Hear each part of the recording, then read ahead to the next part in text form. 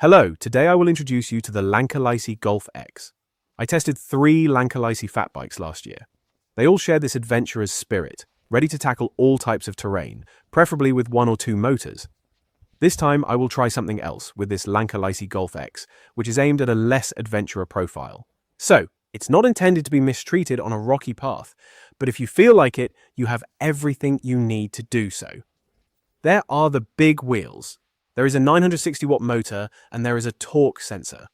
So, if on your way back from the bakery, you feel like taking a little detour on the trails, you can do it. When Lankeleisi offered me to test this bike, I was kind of in a May mood because this type of bike, well, it's not really my style. But, after testing it, the May turned into wow. I'll explain that to you right away. This bike has a slightly more refined design than previous models, with first this metallic paint that reminds me a little of a car body.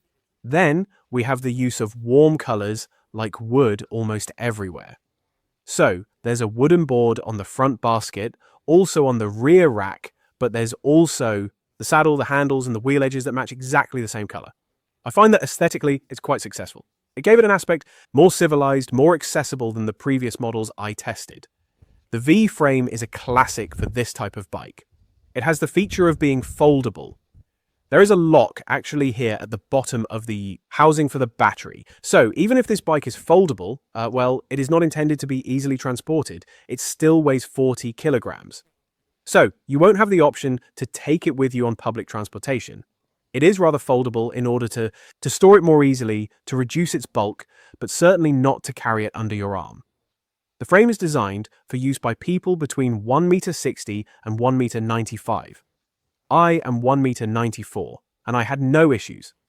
The bike is perfectly suited for tall users, and it is even very comfortable. I will now focus on each element of the bike before moving on to the road test. I will start with the motor. It is a 960-watt motor capable of reaching over 1,200 watts intermittently. It is not the same motor as the X3000 Max, but it still has very similar characteristics. As I mentioned in the introduction, this bike looks civilized, but just with this motor, it can turn into a beast. The motor is obviously limited to 25 kilometers per hour, like most bikes, but you can easily unlock it with the control on the handlebar. In theory, you should be able to reach a speed of 46 kilometers per hour, but that will depend on your weight, road conditions, etc. Speed is good. Power is good too, but there's something else quite nice about this bike, and that's the torque. So, this bike has a torque of 85 Newton meter, which gives it a very responsive aspect and really offers you great sensations in terms of acceleration.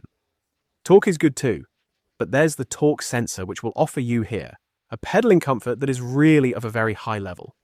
With all this, we have all the ingredients to justify buying the bike, and I could almost say, well, I'll stop my test here. It's good. You can buy it. But fortunately, there are still other interesting things to say about this bike. The crankset has a unique configuration of 52 teeth. It's huge. At the rear, there's a configuration of 11 to 36 teeth. So, with a 52, 11, the gearing is potentially huge as well, and the effort to make the bike move forward is the same. It's the kind of setup usually found on a racing bike, for example. Fortunately, of course, there is the motor to assist you. The motor is so powerful and responsive that you won't feel the effort needed to move the bike forward. You might wonder what the point is of having a setup like that, while the motor completely masks the effort. Well, for me, the explanation is quite simple. This type of configuration allows to avoid pedaling in the air, like on other bikes. So, when you reach the level, maximum assistance, well, like most bikes, you really pedal in the air, and it's unpleasant. Here, with this type of setup, you can give the bike an extra boost to go faster. I think it's really a plus for this type of bike. Otherwise, the Derailleur, it's the usual Shimano Derailleur. It works very well. The shifting is really very smooth. The saddle is height adjustable. There is a difference of about 15 centimeters between the minimum and maximum height. You can always go a bit beyond if necessary, but I didn't need more to ride comfortably, so it's perfectly suited for a tall person. This saddle can also be tilted, forward or a bit backward. But what surprised me the most is that it is equipped with a suspension. I hadn't tested a saddle of this type yet, and in fact, during assembly, I hadn't noticed. So when I put the saddle in, I didn't realize there was a suspension. However, when I took my first ride on the bike, I immediately noticed that there was a suspension in the saddle. It provides comfort. It is incredible on the road. There are bikes with rear suspensions, which is very good. But a suspension of this kind on the saddle offers truly incredible comfort to the bike and is yet another strong point of this bike. The bike is also equipped with a front suspension. It's a hydraulic suspension, like on many other bikes of this type. There is a travel of about 4 centimeters, which will allow you to absorb most of the road shocks, even if they are in somewhat poor condition. Now, for real off-road riding, it's more complicated. I think a little more would be needed. This suspension can be adjusted, well, it's not very clear, but here, under the basket at the level of its stiffness. So, if you prefer something soft or something rigid, you can configure your own. The handlebar is 65 centimeters wide, so it should be able to fit through most doors. The handlebar is adjustable in height, so there is a range of about 7 centimeters in adjusting the handlebar, which allows you to position the handlebar quite high. And so, if you are tall like me, to have a well upright position on the bike. So again, that's really an advantage of this bike. Here we find the leather grips, as I mentioned in the introduction, which follow the color of the rest of the bike. Well, there is no throttle, so the handles are completely fixed. If you want a throttle, there is an accessory that comes with the bike that I haven't installed because I don't need it, but you can install a kind of lever underneath here that will act as a throttle. And so when you press here, you will be able to move the bike forward without pedaling. The control console is a bit different from what I usually test, but it roughly has the same features. So here we have the horn, the ignition, the turn signals. I hadn't had a bike with turn signals yet, so that's very convenient. The assistant switch from high to low, the headlights, and then the cruise mode that is located here. The small M allows you to enter the settings, and I will detail that right away. So the panel works very well, there is no problem. Well, the orientation, you can loosen it and adjust it as you like. What I found a bit annoying is that, well, the most important functions are the change of assistance levels, and these buttons should have been here. Because actually, when you put your hand on the handlebar, the closest buttons are actually the horn and the power button. And so I found myself several times pressing the horn, thinking I was pressing the minus to lower the assistance level. Well, it's not a big deal, but it's something to be aware of. And so I have large hands, and if I place my hand naturally, I can't reach the assistance buttons. I really have to position my hand more towards the center to be able to use the assistance level. Now, I will explain what we can do with the configuration. I press the M button for a few seconds, enter the configuration menu, and I will explain each screen. So here, we are on screen number 1 that allows us to choose the unit of measurement between kilometers per hour and miles. Screen number 2 is the screen that defines the diameter of the wheels. I actually have 22 here. The bike was initially set to 24, and that's not correct because with 24, in fact, the speed display is not accurate. The speed display shows 2 kilometers per hour more than reality. So if you set the configuration to 22 like here, you will have a correct speed display. Then thirdly, there is the speed limiting.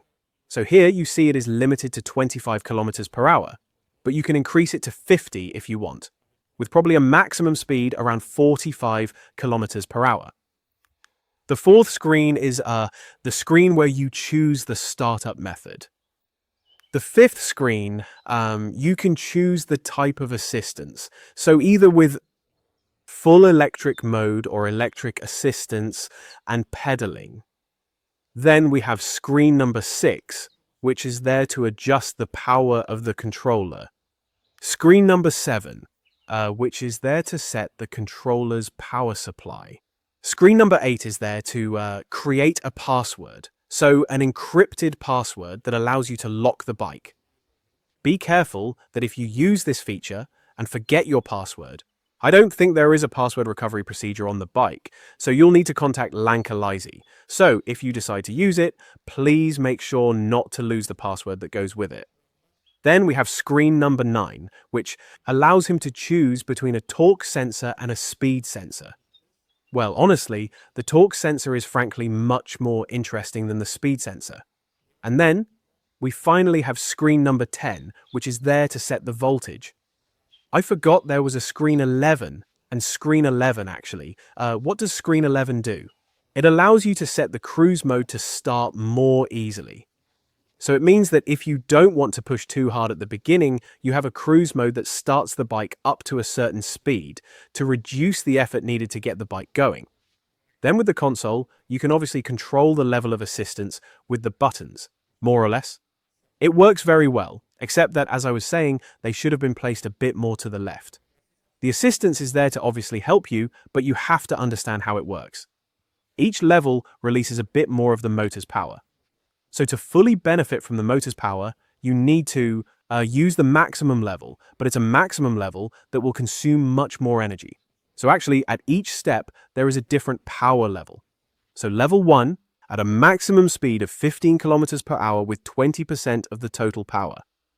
Level 2 goes up to 24 kilometers per hour with 40% of the total power.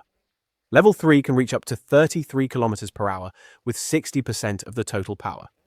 The level 4, assistance up to 40 kilometers per hour with 80% of total power. And level 5 can theoretically go up to 46 kilometers per hour with 100% of total power. Well, obviously if you leave the restriction, the maximum speed will be limited to 25. But on the other hand, the rest and the levels will work the same way. As you can see, the screen is perfectly readable in the sunlight. It is really a big improvement compared to the previous model. The screen gives the usual indications. I would say that the only difference is the indication of the flashing lights. What I find a bit unfortunate is the battery indicator, which is still in graphic form when it would have been more interesting to see the remaining percentage. Here, well, I see that I have one battery bar left, but I don't know if I have 1% or if I have 10% of battery left. So that is a bit unfortunate, but it was already the same on previous models. The brakes and especially the rear brake was a weakness on the previous models, because the rear brake was not powerful enough to stop the bike quickly. It's no longer the case for this bike. The braking is much more effective, but I still advise using both brakes at the same time because, well, the bike does weigh 40 kilograms and you have to add your weight. Might as well use all the available braking power. Also, don't forget that the brakes are reversed, so the left brake corresponds to the rear brake and the right brake corresponds to the front brake. It's a matter of habit, but it's better to know if you have never ridden this type of bike before. I will come back to the braking later in the test to actually show you the stopping distance from one brake or two brakes. The battery is integrated into the bike's frame. You can recharge it directly on the bike from a charger that comes with the bike, or you can remove it.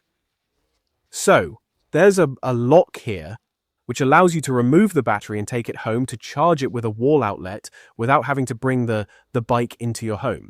I will come back to the battery range at the end of the test, but theoretically, it should be between 50 and 100 kilometers, depending on the level of assistance chosen. The charging speed, however, is still not very high. It still takes more than 5 hours to fully charge the battery. The bike is very well equipped as standard, and I don't think you will need to buy additional equipment. So, at the front, we have the basket.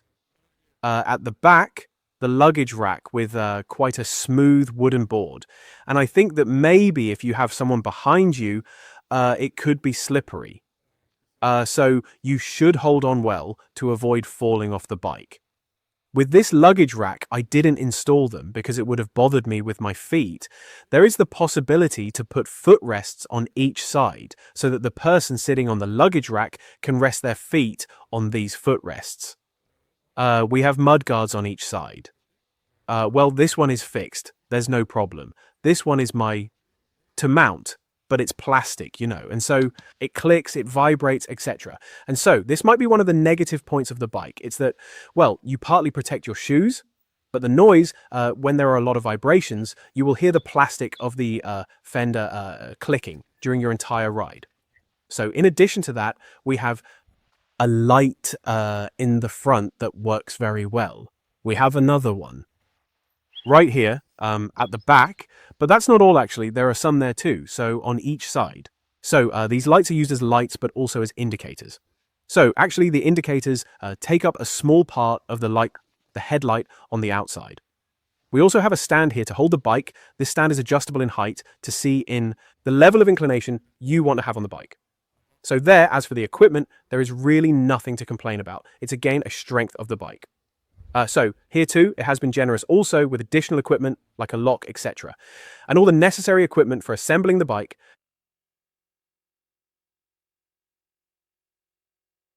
To test the impact of the assistance during effort, I will climb the slope up to the small tree over there, which is 2.5% over 690 meters.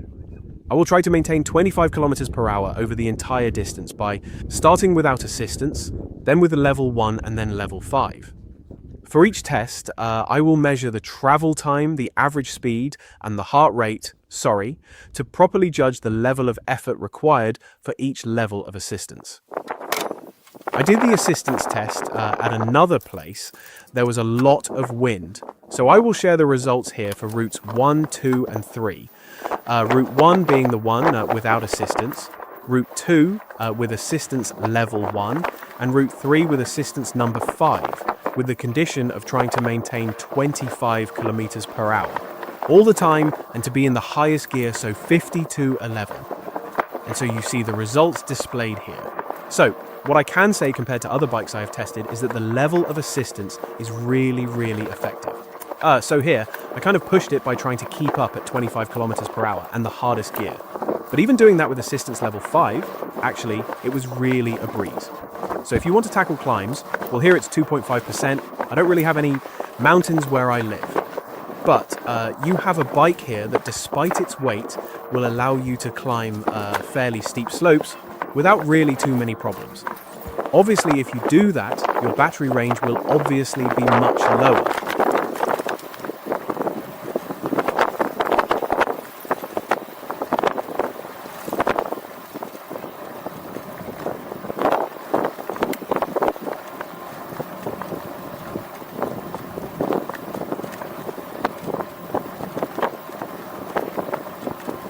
For this first braking test, I will bring the bike to 25 kilometers per hour and brake hard first with the rear brake to measure the stopping distance, and then I will do the same with both brakes.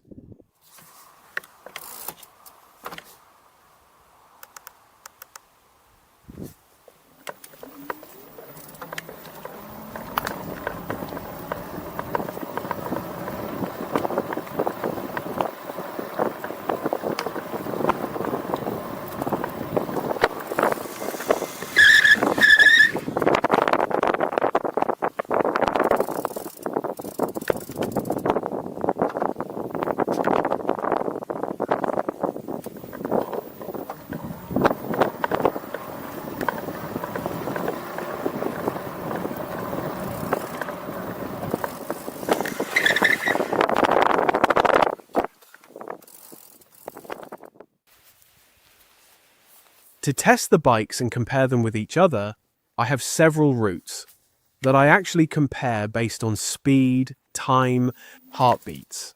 And I use the 13-kilometer course for this bike, which, well, I completed this course in a little over 30 minutes. And when I ride, I always ride at the maximum of my abilities. I achieved an average heart rate of 138 beats per minute over half an hour, which is really very, very low. Because if I do the same route with a road bike without assistance, I'm well over 160 beats per minute on average. And so the effort required, even while riding like crazy, it is minimal. So this is really the best proof that this bike is accessible to everyone. If you want to ride like me and push yourself all the time, it's possible. If you don't want to, that's possible too. You will obviously go a bit slower, but the effort required will also be much less.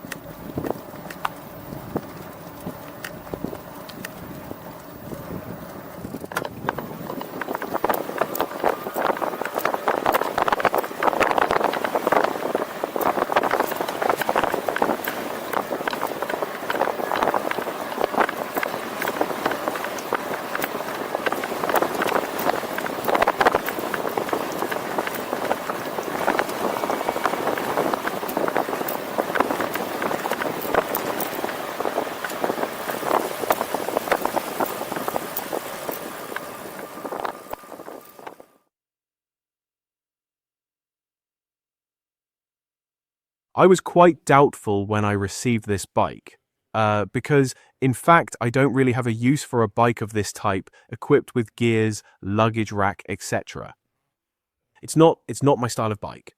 But after testing it, I'm really glad I did, because this bike is really, really great. Usually when I do my tests, there's always one problem or another that makes using the bike a bit annoying in one way or another. Well, that's not the case. This bike has some weaknesses. It's true, I'll talk about them in a few seconds. But it's probably the most complete and the easiest bike that I've had the chance to test so far. So its first strength, I would say, is the motor. In terms of power, torque, responsiveness, it works really, really well. It's a motor you could have found on a more aggressive fat bike. So, here you have on a practical-oriented bike a more aggressive type of motor that will give you all the power you want to ride smoothly at your ease, or push a bit more if you need to, without sacrificing comfort.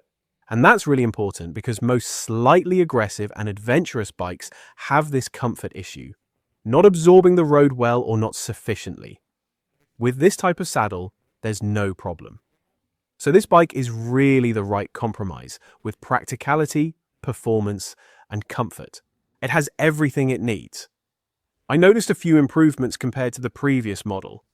First, there are the brakes. So, the braking is much more effective. So, the rear brake is capable of you stop much more quickly than the previous model. Well now, I always recommend using both brakes nonetheless because the bike is quite heavy, and with an additional person on it, that obviously won't help, but there's clearly an improvement. The other notable improvement is at the screen level. So the screen was completely unreadable in full sunlight before, that's not the case now.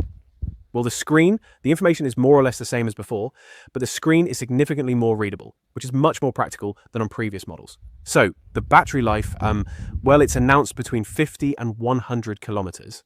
It really depends on how you want to use it. For my first charge here, obviously when I test a bike, I don't ride normally, I still press all the time and use the motor. I had a range of, I would say, between 45 and 50 kilometers. I think it was 47, but I'm not sure anymore, so I stay within the 45 to 50 range. While riding, I would say more normally by varying the routes a bit. Well, obviously I don't have big hills here, so I test with what I have. I get a range of more or less 80 to 85 kilometers. So it's not too bad. It allows you to cover great distances without getting too tired. Well, it's just that the charging is still quite lengthy. It's a drawback. You have to allow for at least 5 hours of charging time for the battery. This bike will appeal to a fairly broad audience. Man or woman, young or less young. You can choose a relaxed ride with minimal effort or decide to push a little more. The torque sensor will assist you, as will the power of the motor, and you will have all the sensations you usually get on more aggressive fat bikes. However, I did note some weaknesses, but they are not really points, limiting. So, the first is a bit surprising. It's that I was surprised by the wind resistance. I had a lot of wind during the test of this bike. I've actually had wind for weeks, and it's the first time I've ridden a bike and heard the wind whistle through the bike. And it's probably related to the basket, the front, and maybe the structure in general, but it's the first time I really hear the wind whistling on the bike, and the riding position makes that we are sitting very, very upright on the bike. And when there is wind, there is a much greater wind resistance, and clearly that is something I hadn't noticed on another bike, even if I've tested other bikes in the wind. This one has the most wind resistance. Now, I'm going to complain once again about the same thing, the mudguard. Poof.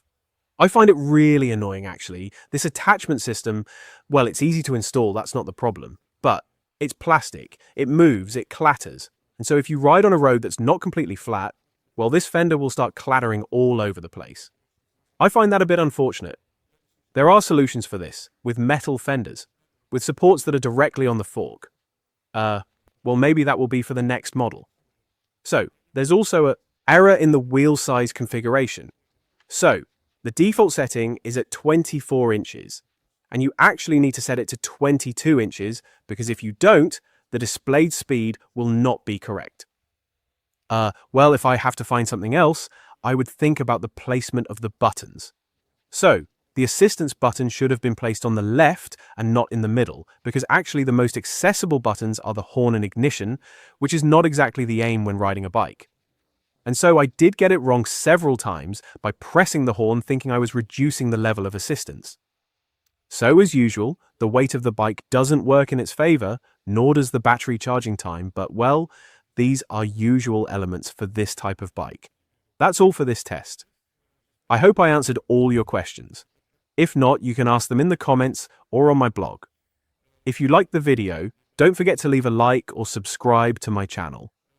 I also have a promo code for get the best price for that bike. I've put the link in the description, and I'll see you soon for another review.